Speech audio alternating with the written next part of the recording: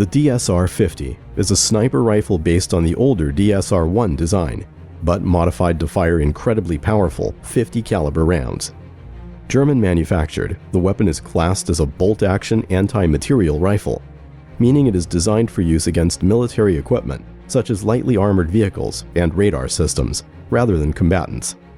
If fired on a person, the DSR-50 can cause damage so bad it has been known to sever limbs. The rocket-propelled grenade, or RPG as they're more commonly known as, is the most widely used anti-armor weapon in the world. Found in many countries' military arsenals and often used by insurgent groups, RPGs are highly effective against armored vehicles and soft targets, as they are one of the most destructive, non-guided weapons available. New versions, such as the RPG-32, can penetrate up to 26 inches of armor. Schwerer Gustav was an enormous railway gun used by the Germans during World War II. At 80 centimeters, it was the largest caliber rifled weapon ever used in combat. It was also the heaviest mobile artillery piece ever built. Its 155-foot length and 38-foot height gave Schwerer Gustav a weight of nearly 1,350 tons.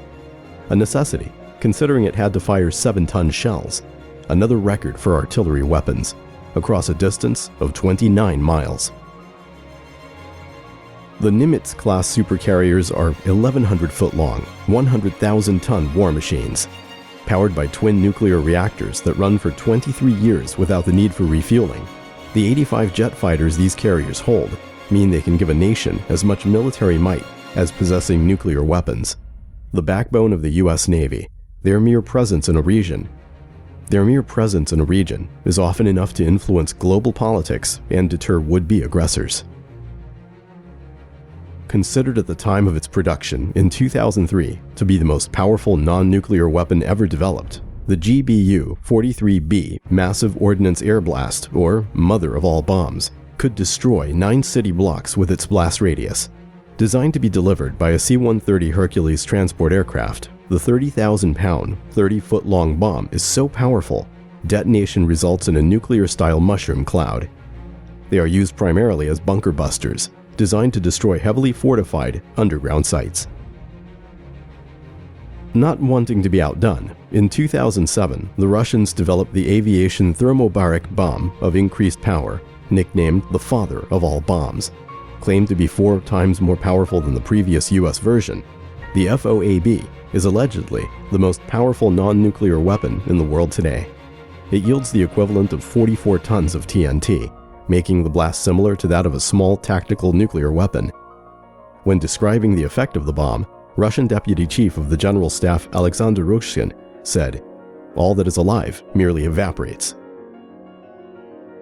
Used by the US and the United Kingdom, the Trident II is one of the most powerful weapons systems in use today. These submarine-launched ballistic missiles are thought to be able to travel up to 7,000 miles, although their exact range is classified. The missiles carry 8 thermonuclear warheads, which can carry to separate targets, each one delivering a nuclear blast, almost 25 times more powerful than the one that leveled Nagasaki.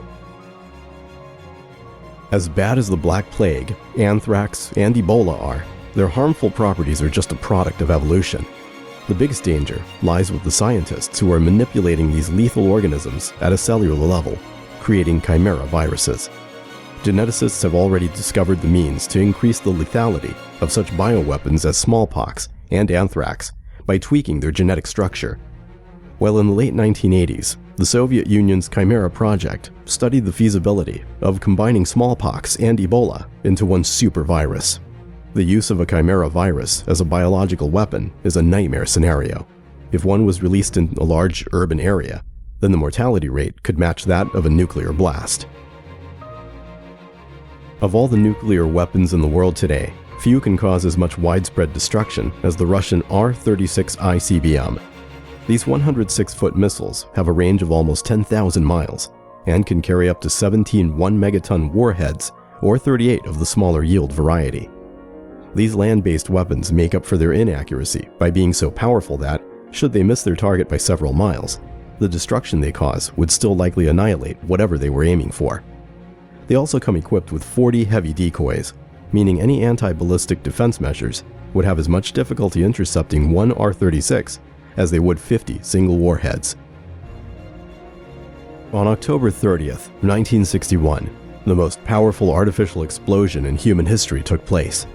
It was a test of the Russian AN-602 hydrogen bomb, known as the Tsar Bomba. This 60,000-pound, 26-foot-long weapon had a blast yield of 50 megatons, roughly 3,800 times the power of the bomb that destroyed Hiroshima, or 10 times the combined power of all the conventional explosives used in World War II.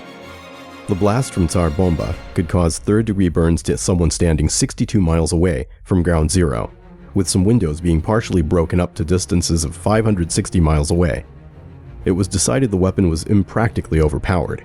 It was too large to be carried by an ICBM, and any plane dropping it would be destroyed in the blast. The spread of nuclear fallout would also be enormous. The 27-ton bomb was the only one of its kind ever built.